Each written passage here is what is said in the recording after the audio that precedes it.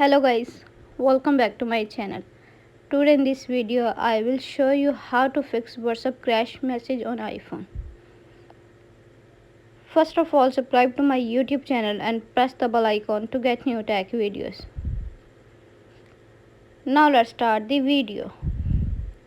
Solution 1. Update your WhatsApp.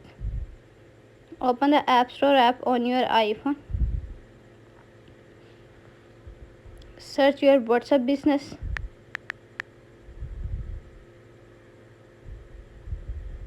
Click on WhatsApp. Update WhatsApp.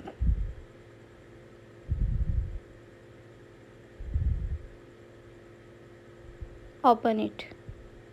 Solution number 2. Delete crash message. Open the WhatsApp on your iPhone.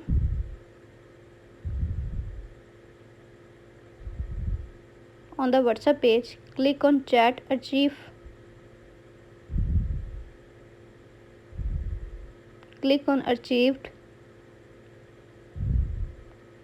Tap Edit. Tap Select Chat. Click on Circle. Tap Delete Chat and done. Solution number 3. Reset iPhone. Open the Setting app on your iPhone.